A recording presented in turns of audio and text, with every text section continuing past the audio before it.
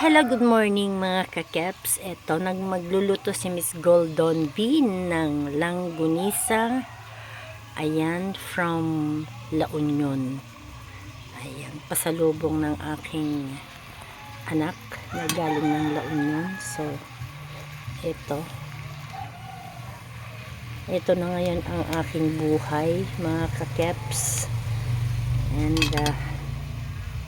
mag-isa lang ako dito. Kaya ayan, dalawang langgunisa for lunch and then yung dalawa for dinner. Ayan, tipid-tipid. Gawa ng napakamahal dito sa Pilipinas ng mga ulam. Diyos ko. Lahat ng bilihin, mga OFW, ang mamahal dito sa Pilipinas. Kaya pag nandito sa Pilipinas, kailangan tipid-tipid na. Kung tayo'y nasa abroad, pwede tayong gumastos ng bonggang-bongga, bumili ng mga burger. Pag walang ipakain ang amo, ayan, walang pagkain, order tayo sometimes.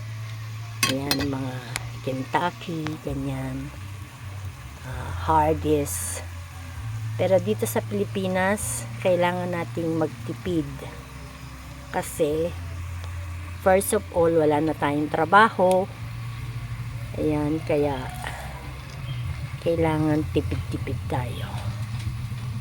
Ito yung ginagamit kong kawali, yung uso ngayon dito sa Pilipinas. Ayan siya. Non-stick siya. Nakawali.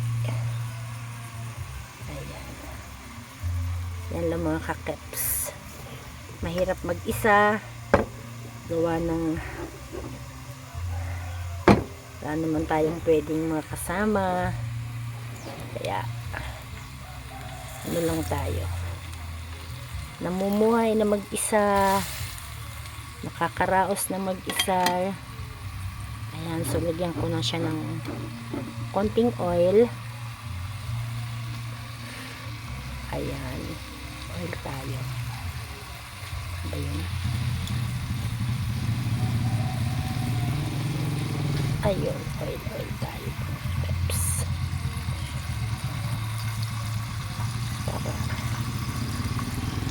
Oops.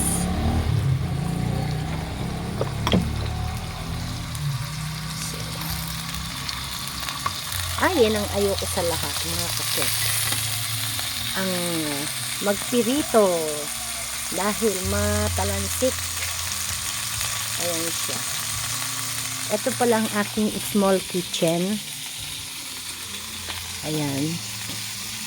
Hindi pa siya tapos yung pinagawang bahay. Ayan. Finishing pa siya. So, habang nagpa-fry pa siya doon, ikot ko muna kayo sa aking little mansion. Ayan. Hindi pa siya tapos. And then, yung bathroom din. Hindi pa siya tapos, mga kakeps. Ipifinishing pa siya. Mga by next month pipinisin siya para medyo magmukhang okay ang mansiones ni Miss Golden Bean. Oh my gosh, ito ang ayoko sa lahat. Ay, ang mag-fry. Ouch, grabe.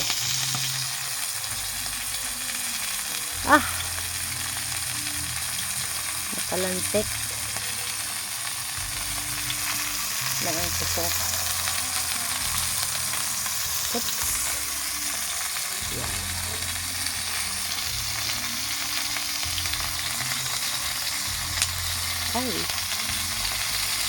Hindi marunong masyadong magluto. Oh my God.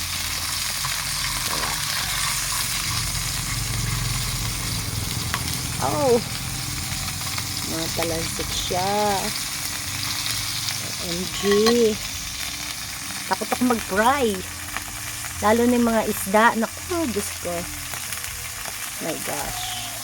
Ito yung aking natitira pang farm. Hanggang doon sa may saging. Diba? Ganyan lang ang buhay pag nasa Pilipinas.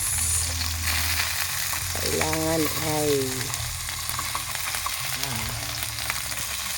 maging matyaga. Yung simpleng buhay ay okay na. Diba? Ayan.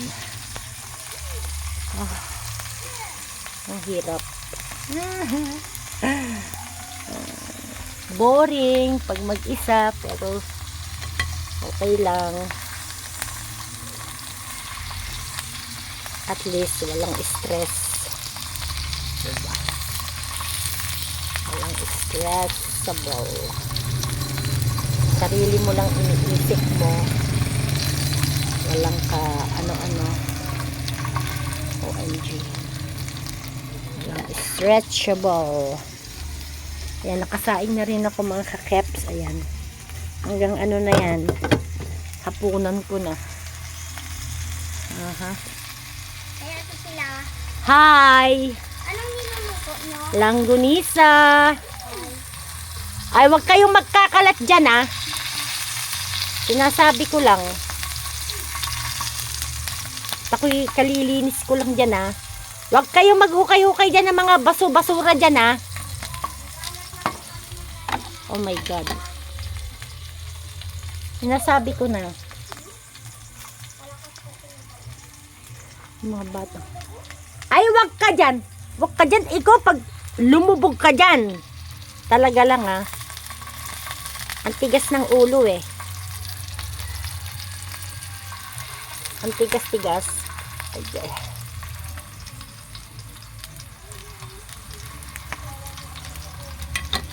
Ayan. Malapit-lapit nang maluto ang aking food. Kaya mga kakabs, kumusta? Yan, matagal akong hindi nakabalik sa YT. Gawa ng, syempre, alam niyo naman pag nasa Kuwait, walang ka-time-time. As in, trabaho. So, eto, bumalik na ako for good. So, magkaka-time na rin ako sa inyo mga kakabs na sumuporta sa inyong mga live. Uli si Miss Golden Bee. Antayin nyo lang ako.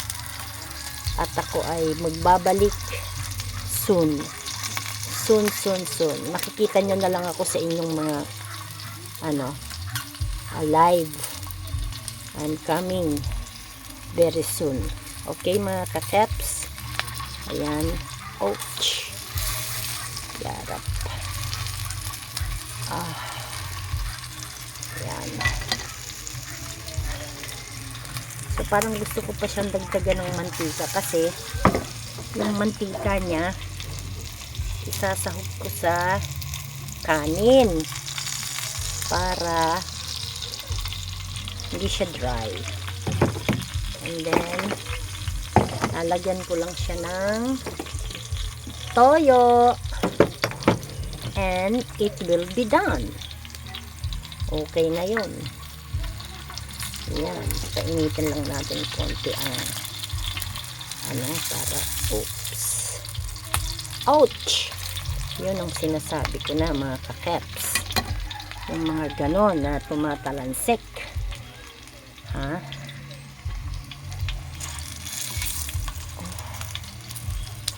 Yan, mukhang sunog na yata. Biling-biling lang natin ng konti para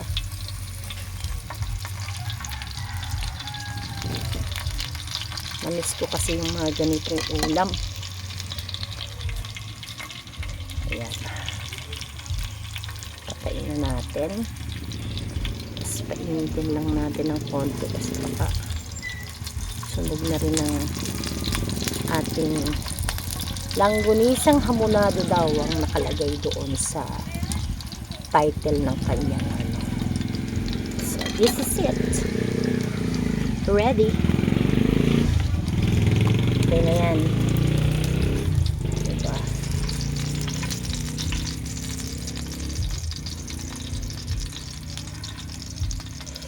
Diba? Salin na natin para ayan. It's well done. Tapos yung mantika, lalagyan natin dyan mamaya. Medyo mainit pa. So, ayan, ang ulam ni Miss Golden Bee. Ayan. 2 sa tanghalian and 2 sa dinner. Bongga. Okay mga kakeps, thank you for watching. Bye!